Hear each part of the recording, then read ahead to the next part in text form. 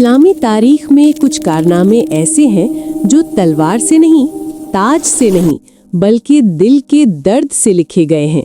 आज हम आपको एक ऐसी शहजादी, एक ऐसी मलका की कहानी सुनाने जा रहे हैं जिसने इराक की सरजमीन से हरम मक्का तक पानी बहा दिया।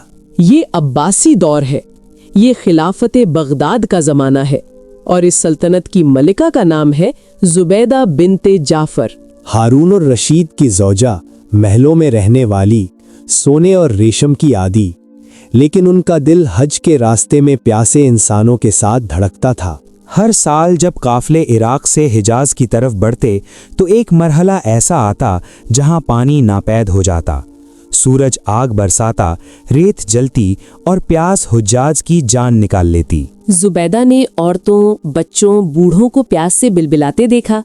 तब इस मलिका के दिल में एक सवाल पैदा हुआ, क्या मैं सिर्फ मलिका रहूं या अल्लाह की बंदी बनकर कुछ कर दिखाऊं?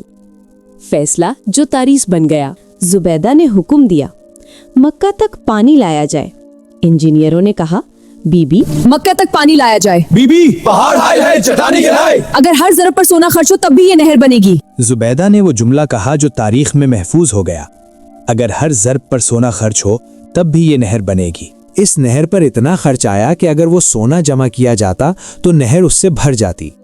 लेकिन जुबैदा ने ना कभी हिसाब पूछा, ना अफसोस किया, क्योंकि वो जानती थीं ये तिजारत अल्लाह से है। जिस दिन नहर का पानी मक्का की जमीन पर बहा, लोग रो पड़े, सहरा में जैसे दरिया उतर आया हो। हज्जाज ने कहा, ये नहर नहीं, ये जुबैदा की इबादत है, और तब से ये नहर नहरे जुबैदा कहलाई। आज जुबैदा के महल्लात नहीं, ताज नहीं, नामो निशान नहीं, लेकिन उनका सदका आज भी तारीख में बह रहा है।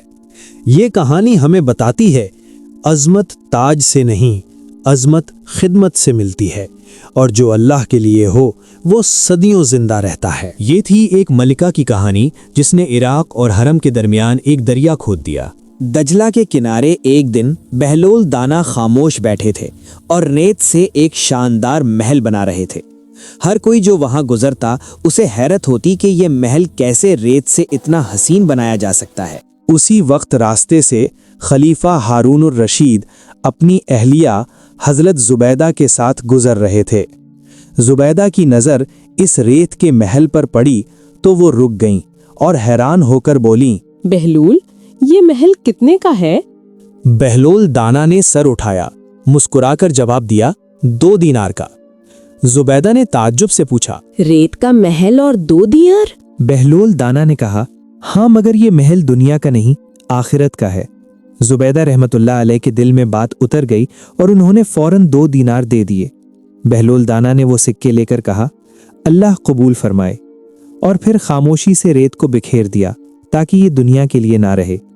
हारून और रशीद ये सब देखकर मुस्कुराए और दिल में सोचा, रेत का महल और 2 दीनार, ये कैसी सौदागरी है। उसी रात खलीफा हारून और रशीद ने एक अजीब ख्वाब देखा। उन्होंने ख्वाब में देखा कि वो जन्नत में हैं और सामने एक शानदार नूरानी महल है जिस जैसा हुस्न उन्होंने कभी नहीं देखा। उन्होंने फरिश्तों से पूछा, ये महल किसका है?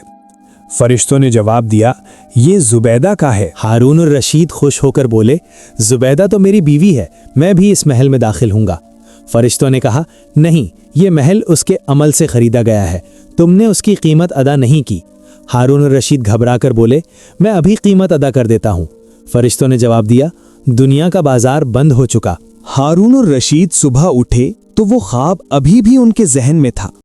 फौरन वो बहलोल दाना को बुलाने के लिए गए और कहा, बहलोल, वही महल मुझे भी बेच दो। बहलोल दाना मुस्कुराए और फरमाया, ए अमीरुल मोमिनीन, कल तो 2 दीनार में मिल रहा था, आज इसकी कीमत बहुत बढ़ गई है। हारून और रशीद ने पूछा, अब कितने का है? बहलोल दाना ने फरमाया, अब तो पूरी सल्तनत भी दे दो तब भी नहीं मिलेगा, क्योंकि जुबैदा ने यकीन के साथ खरीदा था और आपने तमाशा समझकर छोड़ दिया था।